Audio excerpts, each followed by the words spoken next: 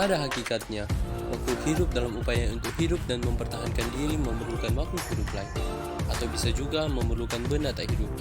Nah, interaksi yang terjadi antar sesama makhluk hidup maupun makhluk hidup dengan benda tak hidup di sebuah lingkungan disebut dengan yang namanya ekosistem.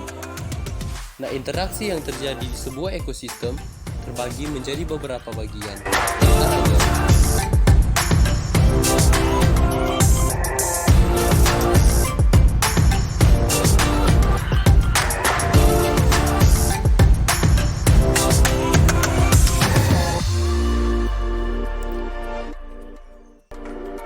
Nah, yang akan kita bahas pada saat ini adalah tentang simbiosis. Apa itu simbiosis?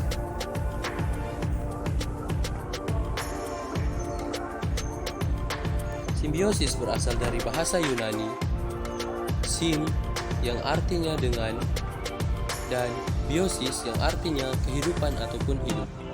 Jadi secara umum, simbiosis dapat diartikan sebagai hubungan timbal balik antara dua makhluk hidup yang saling berdampingan, ataupun bisa juga diartikan sebagai pola interaksi yang erat antar dua organisme yang berlainan jenis.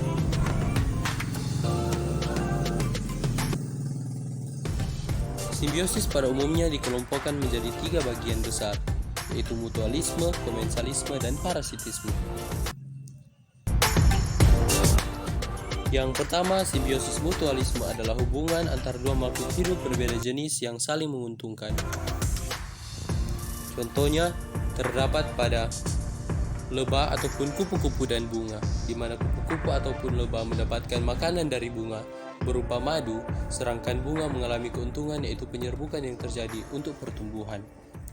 Yang kedua adalah simbiosis komensalisme, merupakan sebuah interaksi antar dua makhluk hidup yang menguntungkan salah satu organisme, sementara organisme lain tidak dirugikan ataupun tidak diuntungkan.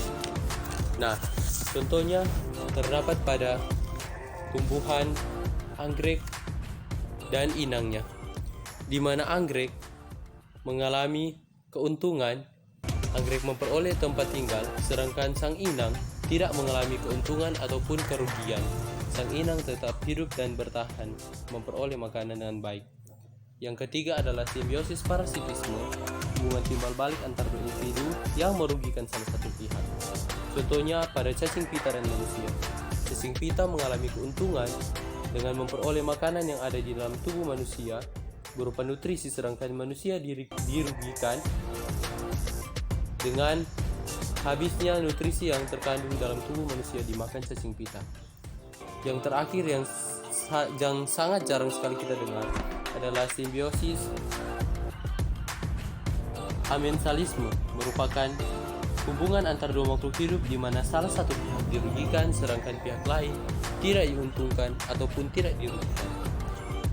Contohnya pada tumbuhan walnut, ia hidup dan berkembang dengan baik, sementara tumbuhan di sekitarnya dirugikan karena senyawa alilopati yang dihasilkan tumbuhan walnut yang dapat memperhambat pertumbuhan tumbuhan lain di sekitarnya.